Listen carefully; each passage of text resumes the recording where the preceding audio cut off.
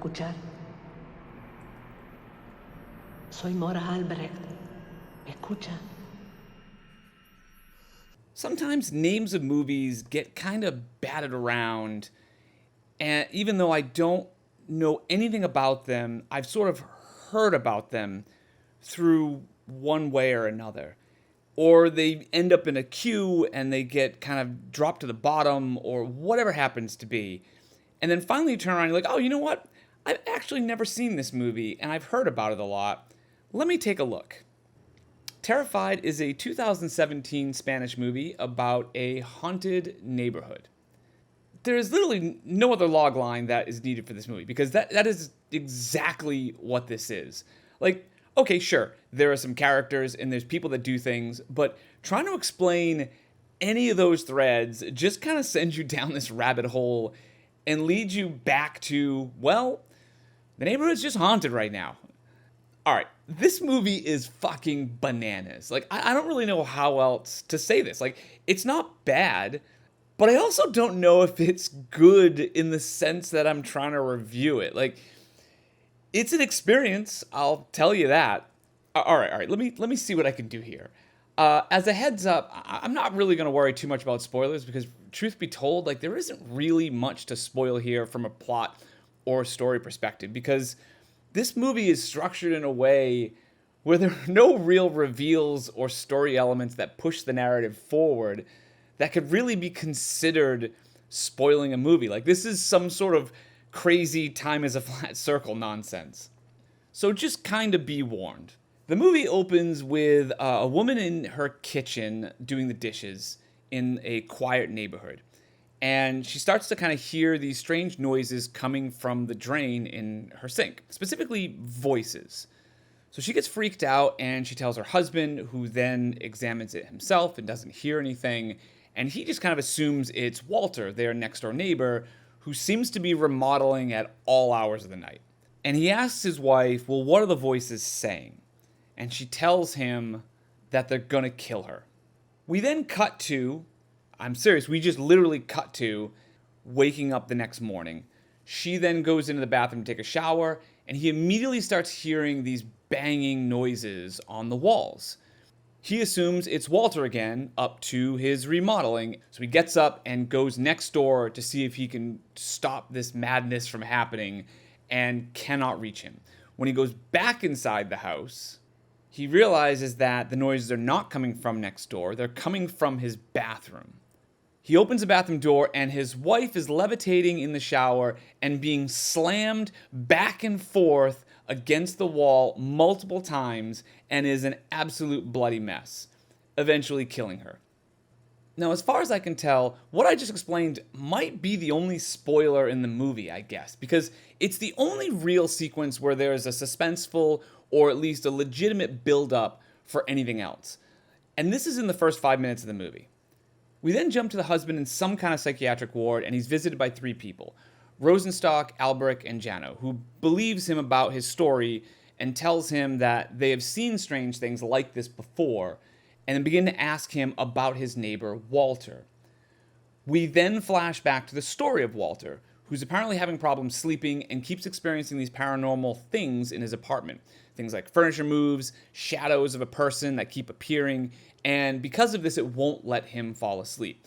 Coincidentally, he's been trying to get the attention of Dr. Albrecht, who specializes in these types of things, but she won't see him unless he can show some kind of proof that these things actually exist. So at his wit's end, he decides to get a camera in order to get that proof, and one night he manages to capture a naked man that's hiding under his bed and goes into his closet on camera. However, before he can actually show this, or at least that's what I thought, the thing in the closet ends up getting him. The story then jumps to a little boy who comes into Walter's yard to get a tossed ball and gets scared by something in the house, and then immediately gets hit by a bus. A funeral is held for this boy. Then afterwards, police detective Jano is called, who is known to be dealing with strange cases of the supernatural or the extreme kind. When he arrives at the dead boy's house, he finds that the boy that just got buried is actually sitting in the kitchen, motionless.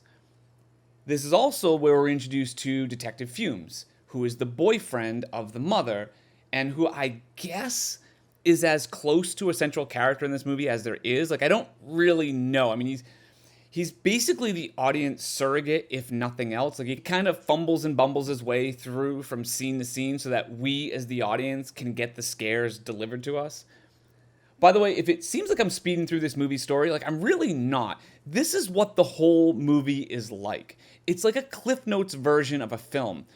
Or maybe more accurately, it reminds me of one of those haunted house rides in an amusement park where there's no real setup. You're just kind of banged through two double set of doors into the middle of a scary scene, and then after it delivers its scare, you're just banged through another double set of doors to move on to the next thing. Like, the entire movie felt like it was on fast forward. Anyway, as Jano is looking around this dead boy's house, he runs into Dr. Albrecht, who is taking pictures of Walter's house.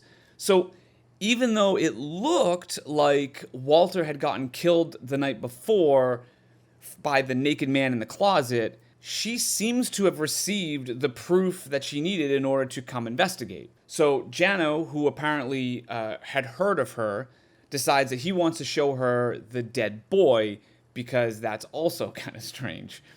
And that's when she believes that there is something sinister happening in this neighborhood.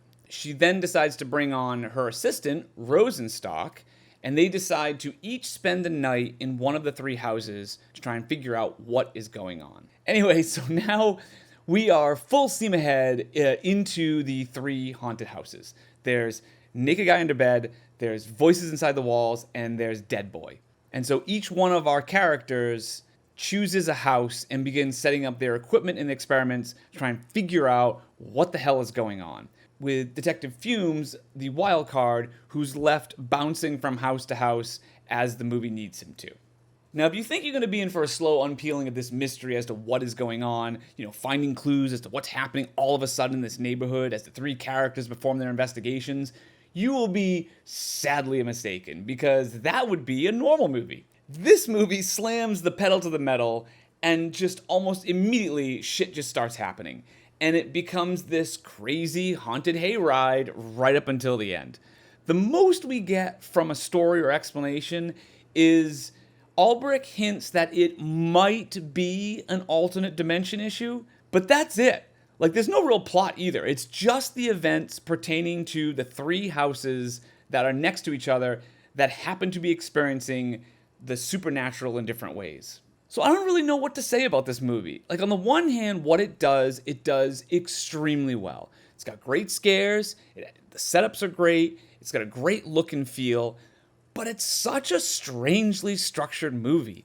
Like, nothing gets explained. There is very little build up to anything, and there doesn't appear to be any real beginning or end. It's like we're just plopped into the middle, and then we're pulled out before anything is resolved. This is like a party game where you asked people, if you had to spend a night in a haunted house, which house would you stay in? The under the bed naked guy, the voices in the wall ghost, or the dead child ghost? So because of this, I don't really know how to rate this. Like, I'm going to go with a B, but it could be anywhere from an A to a C depending on what you focus on. But it was different, and it did do a lot of things really well, so it's worth seeing it, I guess. But let me know what you think. And let me know what house you would stay in if you had to stay in one of those ghost houses.